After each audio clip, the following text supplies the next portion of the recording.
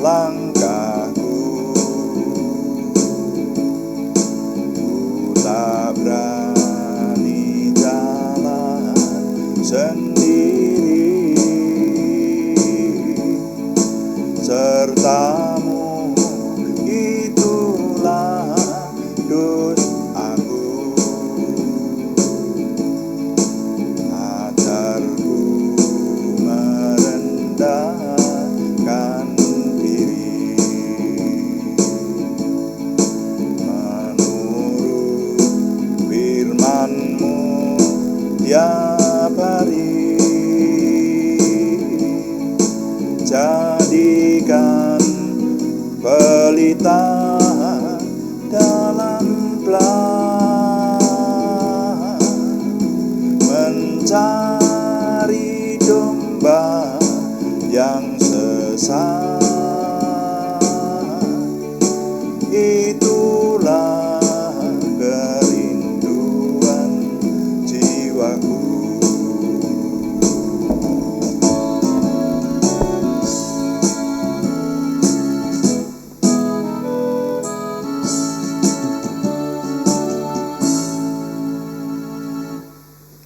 Bapa, kami mengucap syukur untuk malam hari ini Tuhan memberkati kami.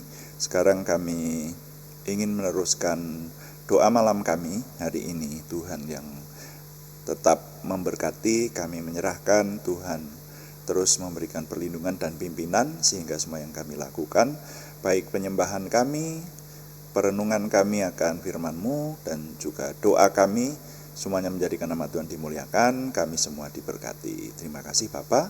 Dalam nama Tuhan Yesus Kristus kami berdoa. Haleluya. Amin. Selamat malam Bapak Ibu, Saudara sekalian yang sudah bersama dengan kita dalam doa malam hari ini. Doa malam melalui online ini diadakan secara iman Kristiani dengan dasar keyakinan kepada Tuhan Yesus Kristus, Yeshua HaMasyiah, Isa alaihi salam, Juru Selamat dunia dan Imam Besar Agung kami. Firman Tuhan yang didokumentasikan dalam kitab suci Perjanjian Lama dan Perjanjian Baru menjadi pegangan kami, pegangan kita sekalian. Nah, saudara, sore hari ini saya ingin menyampaikan renungan firman Tuhan dengan judul Dunia Jalan Raya. Dunia Jalan Raya. Nah, sebetulnya saya sambil menanti seperti yang kemarin-kemarin telah kita laksanakan bersama. Kalau ada pertanyaan yang menyangkut hal-hal yang bersifat kerohanian, saudara ya. Saudara kalau punya pertanyaan, hal yang bersifat kerohanian, hubungannya dengan iman kita dan kehidupan kita sekarang, silahkan saudara mengajukan pertanyaan dan sepanjang kami bisa menjawab, maka kami akan mencoba menyampaikannya dalam doa malam. Jadi tema renungan doa malam ini memang bebas ya, tapi tetap kita dipengaruhi juga dengan tema yang pagi hari ya. Doa pagi yang setiap jam 5 temanya adalah mempersiapkan kemenangan, mirip-mirip samalah ya, tapi yang doa malam agak bebas karena yang menyampaikan tidak harus saya dalam doa malam ini. Kadang-kadang juga rekan-rekan yang lain, rekan-rekan sepelayanan kami di tim ini, dan juga temanya agak bebas, termasuk yang paling banyak kami harapkan sebetulnya menjawab pertanyaan dari saudara-saudara sekalian. Sekali lagi, sepanjang kami dapat menjawabnya, kalau ada pertanyaan silahkan dikirimkan kepada kami. Nah, dunia jalan raya, mari kita baca dulu ucapan Tuhan Yesus yang didokumentasikan di Matius pasal 7 ayat 12. Sepertinya di beberapa waktu yang lalu, sudah agak lama ya, ini sempat saya singgung juga, tapi kita ingat kembali ya. Matius pasal 7 ayat 12. Tuhan Yesus berkata, "Segala sesuatu yang kamu kehendaki supaya orang perbuat kepadamu, perbuatlah demikian juga kepada mereka. Itulah isi seluruh hukum Taurat dan kitab para nabi." Nah, ini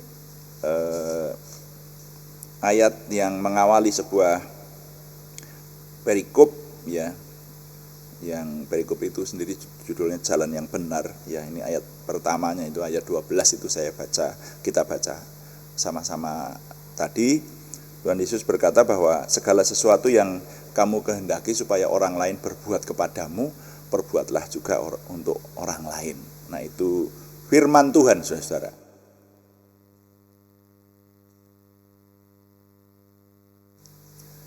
Ini akan mengawali perenungan yang akan saya ajak saudara untuk memperhatikannya. Saya menyebutnya dunia jalan raya. Jadi begini, sejak kendaraan bermesin ditemukan, maka terciptalah lalu lintas kendaraan di jalan, saudara. Kemudian kita mengenal ada namanya jalan raya. Jadi sekitar tahun 1700 atau bahkan sebelumnya, sebelum tahun 1700 itu, yang namanya jalan itu konon isinya hanya orang berjalan kaki. Dan kalau orang mengenal kendaraan yang ditumpangi orang itu tentu yang ada kaitannya dengan hewan. Misalnya orang menunggangi kuda, kemudian ada sapi, ya, dan hewan-hewan lain yang dipergunakan untuk transportasi seperti itu, saudara, ya. Lalu akhirnya dikenal dengan kereta. Jadi kuda atau sapi itu menyeret benda lain yang bisa ditumpangi oleh manusia. Akhirnya menjadi kereta seperti itu. Tapi kendaraan yang bermesin itu belum ditemukan. Nah, menurut catatan maka kendaraan bermesin itu yang ditemukan pertama kali itu dengan uap. Itu tercatat tahun 1769 oleh seorang yang bernama Nicolas Joseph Cugnot. Saya membaca dengan apa yang tertulis saja. Ini ilmuwan Perancis. Saya tidak tahu bagaimana cara membacanya, karena kalau nama itu biasanya sesuai dengan yang punya nama membacanya, ya. Nicolas Joseph Cugnot menemukan mobil uap tahun 1769, lalu kemudian masih disusul dengan penemuan-penemuan berikutnya, sampai akhirnya ditemukan mobil dengan bermesin dan bahan bakar bensin oleh Karl Benz, ya, yang penemuannya itu kemudian dipatenkan pada tahun 1886. Saya ingat banget ini tahun ini karena sering menjelaskan tahun ini juga bersamaan dengan ditemukannya minuman terkenal di seluruh dunia. Ya, itu tahun 1886. Nah, kemudian pada waktu itu sejarahnya cukup panjang itu. Jadi Karl Benz itu menemukan mobil itu dengan bekerja siang malam sampai sakit. Kemudian istrinya juga mendukung. Bagaimana kisah cintanya dengan istrinya itu mewarnai penemuan mobil ini, saudara. Termasuk ketika mobil ditemukan, kemudian dia kehilangan mobil itu. Mobil yang pertama ditemukan itu belum sempurna, tiba-tiba mobil itu hilang, ya. Pada waktu itu diceritakan dia tidak di rumah seperti itu. Nah, ternyata mobil itu dibawa oleh istrinya menuju ke rumah orang tuanya yang sekian puluh kilometer, mengalami beberapa kali kemacetan, tetapi pada akhirnya sampai. Maka kemudian tercatat dalam sejarah bahwa istrinya Karl Benz, saya lupa namanya itu, ya. Nanti sekali waktu kita sejarahkan lagi gitu, ya.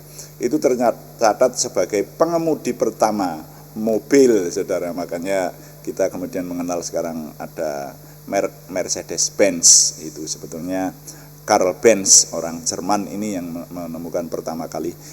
Nah, kemudian dikenal alat transportasi berikutnya berkembang sampai ditemukannya sepeda motor, saudara.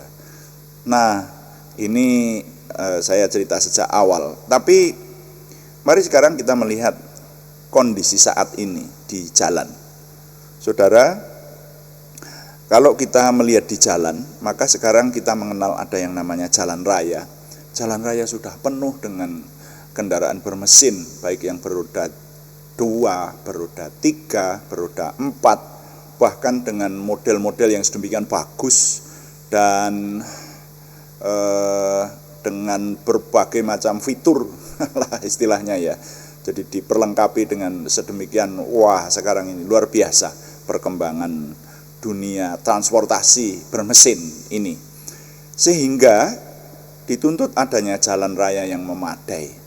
Nah, mari sekarang kita melihat bahwa jalan raya itu punya dunianya sendiri. Nah, itu yang ingin saya sampaikan. Makanya judul renungan ini adalah dunia jalan raya. Saudara, dunia jalan raya ini memiliki aturan sendiri, memiliki apa istilahnya, segmen sendiri ya, memiliki atau mungkin bisa disebut dimensi tersendiri seperti itulah ya. Contohnya ada anak yang di rumah itu pendiam ya, tidak banyak ngomong, sangat sopan, tapi ketika dia mengendarai sepeda motor, ketika dia memegang sepeda motor, waduh, dia menjadi raja jalanan. Nah itu. Jadi jalan raya itu menciptakan dunia tersendiri, saudara. Ya. Jadi saya menengarai atau kalau kita melihat ya, itu di jalan raya itu bisa kadang-kadang orang dibuat jengkel dengan perilaku orang lain. Bisa di jalan raya itu ada orang yang suka menolong. Begitu ada orang jatuh dan sebagainya, maka banyak kendaraan bertoleransi lalu menolong orang yang jatuh. Bisa juga menciptakan orang-orang yang sopan, yang taat menurut aturan lalu lintas. Tetapi ada yang sengaja tidak menuruti aturan lalu lintas atau sengaja melanggar. Jadi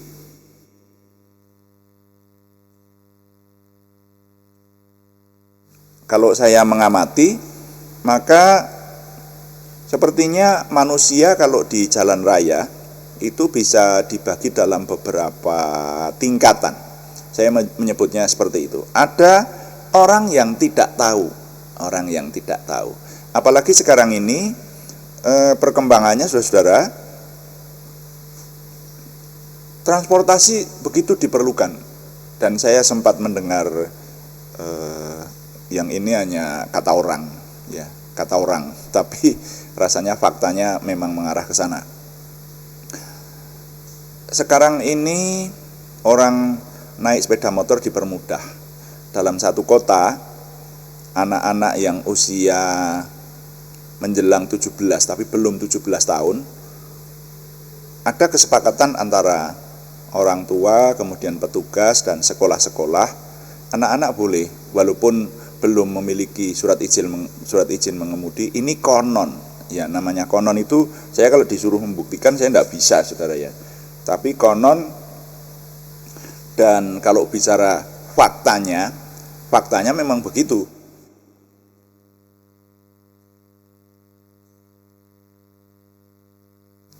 Banyak anak-anak yang sebetulnya masih di bawah umur, belum boleh membawa kendaraan bermotor, tapi sudah banyak sekali faktanya di sekeliling kita ini yang membawa kendaraan roda 2, bahkan anak-anak kecil. Ya, dan itu ada di jalan raya, saudara-saudara sekalian. Dan ada juga orang-orang yang saya menyebutnya tingkat pengetahuannya memang terbatas, ya. Nah, saya menyebut pengendara yang semacam ini adalah orang-orang yang kurang tahu atau kurang paham aturan lalu lintas. Ya, saya pernah punya pengalaman di sebuah lampu merah begitu, yang lain pada berhenti, ada seorang tua, saudara ya, bukan setengah tua, lebih tua lagi, boncengan suami istri. Jadi orang ini pasti orang dewasa banget gitu, tapi memang rupanya orang desa.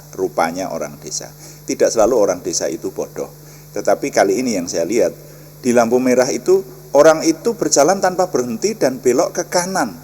Luar biasa. Sampai orang lain ketawa melihat itu, senyum gitu. Loh, Bapak ini gimana ini boncengan sama ibu ini? Kok tanpa berhenti? Jadi ya mungkin pikiran saya karena tidak tahu, ya, karena tidak tahu. Lalu ada orang yang sengaja sembarangan. Wah, yang ini biasanya anak-anak muda ngebut di jalan raya dengan knalpot yang berbunyi sedemikian rupa. Itu kan berarti itu dunia tersendiri di dunia lalu lintas itu, dunia jalan raya itu. Ada orang yang sembarangan semacam itu, dan kalau saya boleh cerita, saya berkali-kali menghadapi orang-orang yang sembarangan ini. Kalau saya cerita berapa kali saya dipotong orang di jalan, termasuk yang sampai jatuh dan luka, nah, itu pernah. Belum lama ini, rasanya dalam minggu yang lalu. Jadi berjalan, umumnya justru kalau berjalan tidak begitu cepat. Jadi saya berjalan dengan santai begitu, tiba-tiba dipotong di depan gitu, wus begitu. Waduh, rasanya itu jengkel. Terkejut dan jengkel. Wah, karena apa? Taruhannya adalah luka dan nanti bisa nyawa, seperti itu. Tapi ada orang-orang yang sembarangan semacam itu. Nah, itu jenis yang kedua, pengendara yang jenis kedua. Tapi ada orang yang tahu dan sopan. Nah, ini jenis pengendara yang ketiga. Ya, mungkin kalau diteruskan masih bisa diteruskan jenis-jenis pengendara atau lapis masyarakat, khususnya di jalan raya. Jadi jalan raya itu punya dunianya sendiri, makanya saya menyebut dunia jalan raya. Dan yang mengejutkan, saudara, saya membaca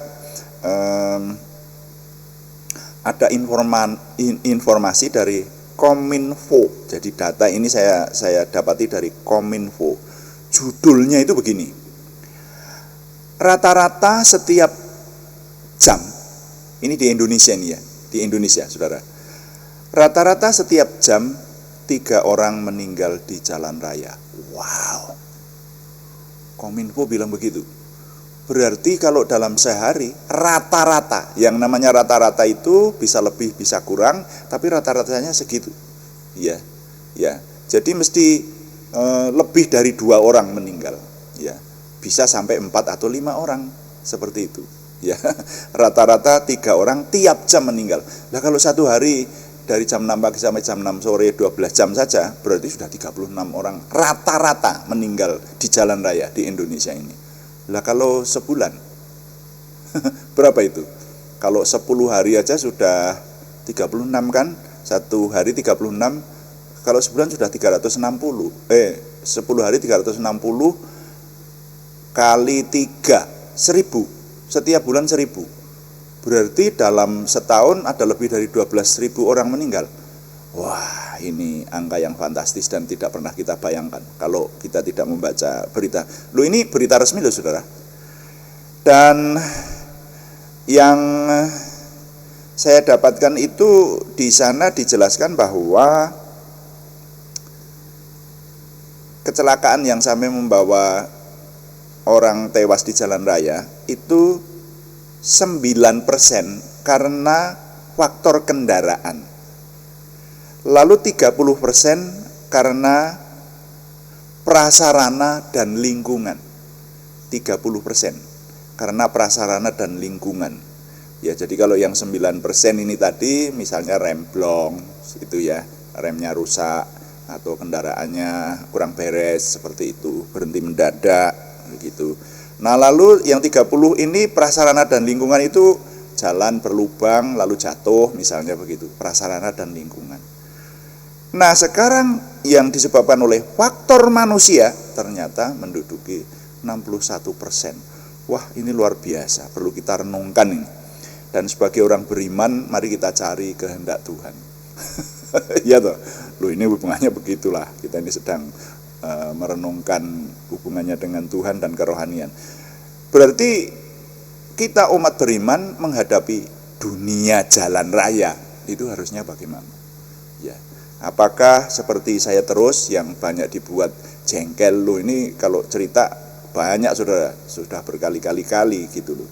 Nah, ada orang memotong jalan di depan saya dan tanpa merasa bersalah, umumnya anak-anak. Ya, saya ingat beberapa kali sampai wajah mereka itu saya ingat betul itu, saudara ya.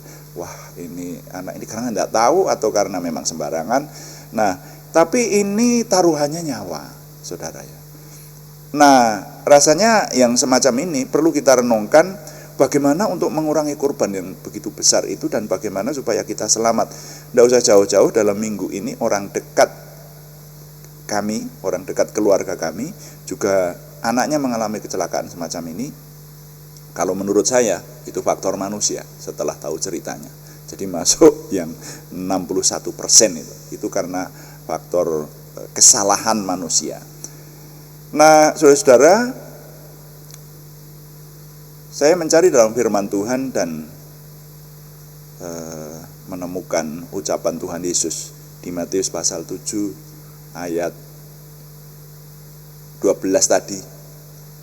Rasanya ini pas sekali. Apa yang harus kita lakukan sebagai orang beriman? Jadi kalau menghendaki supaya tidak terjadi kecelakaan dan hal-hal yang tidak diinginkan itu, kan berarti mulainya dari diri kita. Kita harus memulai lebih dahulu supaya kita tidak celaka dan orang lain tidak celaka, kan begitu. Nah, ini firman Tuhan memberikan petunjuk untuk itu. Menghadapi dunia jalan raya itu, kita ingat perkataan Tuhan Yesus Kristus, segala sesuatu yang kamu kehendaki supaya orang perbuat kepadamu, perbuatlah demikian juga kepada mereka. Nah, jadi kalau tidak mau ditabrak, jangan nabrak. Kalau tidak mau diserempet dan sampai jatuh, jangan menyerempet. Nah, itulah rumus. Jadi mulai dari diri kita sendiri, jaga keselamatan. Kalau tidak mau dipotong di depan kalau sedang menaiki kendaraan, jangan memotong di depan dan seterusnya. Nah, kalau ini yang menjadi prinsip, maka dunia jalan raya itu akan dipenuhi oleh orang-orang yang sopan, orang-orang yang taat kepada peraturan. Ya, seringkali saya kalau melihat juga terbangkitkan kejengkelannya juga kalau melihat orang yang melanggar peraturan. Sudah tahu kalau di lampu merah tidak boleh jalan, tapi begitu sepi juga ada orang nyelonong, itu adalah orang-orang yang tidak taat. Makanya saya seringkali menengarai ini, coba aja saudara lihat di seputaran hidup Anda nanti. Kalau orang mengendarai kendaraan sudah tidak taat, itu nanti perilakunya juga sudah tidak taat. Contohnya begini, sekarang dianjurkan orang naik sepeda motor harus menggunakan helm. Kalau ada orang yang naik sepeda motor di jalan raya, bukan sekedar di kampung, kalau di kampung masih beralasan, kan dekat begitu. Tapi kalau di jalan raya, jalan besar dan tidak menggunakan helm, itu lambang bahwa orang tersebut tidak suka kepada ketaatan. Itu nanti perilakunya cenderung akan tidak taat juga. Makanya saya kalau menghadapi orang seperti itu, saya cukup hati-hati. Ini orang yang tidak taat ini. Itulah saudara-saudara ya. Jadi orang yang sembarangan yang semacam itu. Tapi kalau masing-masing kita ini taat kepada peraturan dan memiliki prinsip seperti Tuhan Yesus katakan, apa yang orang lain ingin perbuat kepadamu, perbuatlah demikian kepada orang lain, niscaya kita akan selamat. Dan saudara, ini perkataan Tuhan Yesus ini diakhiri, itulah isi seluruh hukum Taurat dan kitab para nabi. Loh, berarti isi seluruh hukum Taurat dan kitab para nabi itu ringkas banget. Di sini dikatakan segala sesuatu yang kamu inginkan dari orang lain, perbuatlah itu untuk orang lain. Seperti itu. Itu saja kesimpulannya. Maka dalam menghadapi dunia jalan raya, niscaya keselamatan akan dianugerahkan Tuhan kepada kita. Anak-anak Tuhan harus mulai. Mari kita mulai. Supaya kita andil mendamaikan, membawa kedamaian, membawa keselamatan di dunia jalan raya. Apa yang ingin orang lain perbuat kepadamu, perbuatlah juga kepada mereka. Tuhan dipuji. Amin. Mari kita sekarang berdoa, saudara. Kita akan berdoa syafaat dan menyembah Tuhan dan berdoa syafaat dan mendoakan nama-nama yang masih harus kita doakan dalam kita melayani Tuhan dengan doa. Haleluya. Haleluya.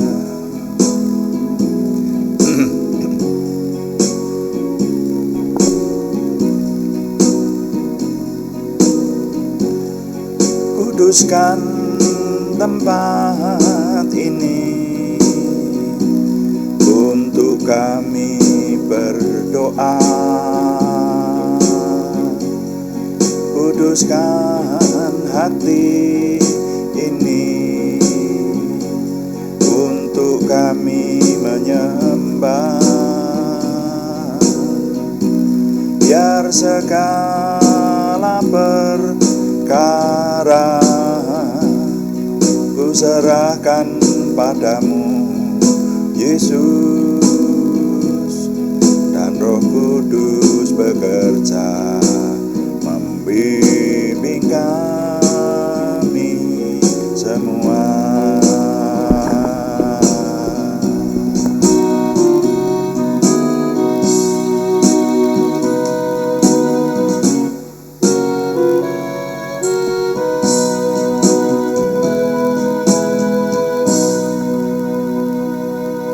Bapa, kami mengucap syukur untuk doa malam hari ini. Berkati firman-Mu yang sudah kami renungkan, berkati kami sehingga kami dapat mengerti dan menjadi agen-agen kebenaran, agen kebaikan, agen kekudusan, membawa dunia di sekeliling kami diberkati oleh hidup kami. Dan biarlah semua kami yang menyimak firman Tuhan sore hari ini khususnya dapat menjadi teladan di jalan raya yang membawa keselamatan. Kami tahu ternyata dunia jalan raya bisa menimbulkan kematian yang di luar bayangan kami semula, Tuhan. Karena itu, urapi kami semua menjadi anak-anak Tuhan yang baik. Terima kasih, kami berdoa syafaat untuk bangsa dan negara kami, Tuhan, yang mengingat kami. Dan juga kami berdoa untuk nama-nama yang dalam minggu ini masih membutuhkan dukungan doa kami, khususnya yang membutuhkan kesembuhan dari Tuhan. Kami berseru dalam nama Tuhan Yesus Kristus, Tuhan memberikan kesempurnaan kesembuhan kepada saudara kami Aryati Wirawan, saudara kami Arni Setiawati, saudara kami Budi Suswanti, saudara kami Yohanes Sutarman, saudara kami Catur Opis Prianti, saudara kami Abraham Diamon Setio Adi Nugroho, saudara kami Ishak Novian, semuanya di Purwodadi. Kami mohon Tuhan yang menyempurnakan kesembuhan, baik yang masih di rumah sakit maupun yang barusan keluar dari rumah sakit. Juga untuk saudara kami anak Alegio Vanowibowo, saudara kami Suprianto yang ada di rumah sakit di Salatiga, saudara kami Siti Rondia, saudara kami Cahyani Bagiowati di Semarang, saudara kami Tumbur Nainggolan yang ada di rumah sakit di Kudus, saudara kami Kristiningsih Joko Widodo di Yogyakarta, saudara kami Naomi Sumarsi di rumah sakit di Wonogiri. Kami menyerahkan, Tuhan yang menjamahkan tangan Tuhan memberikan kesempurnaan kesembuhan. Juga pergumulan yang lain dari saudara kami Sri Purwati di Penawangan, saudara kami Yohana Asri Sabtorini di Kediri, Tuhan yang menjawab doa mereka ini dan memberikan pertolongan Tuhan nyata atas kami. Terima kasih Bapa di surga, kami mengucap syukur dan kami menyerahkan apa yang kami kerjakan, Tuhan yang menolong kami, hidup kami semakin berkenan kepada Tuhan, dan kami Tuhan bawa untuk dapat menyempurnakan menuju kepada kesempurnaan Tuhan sendiri.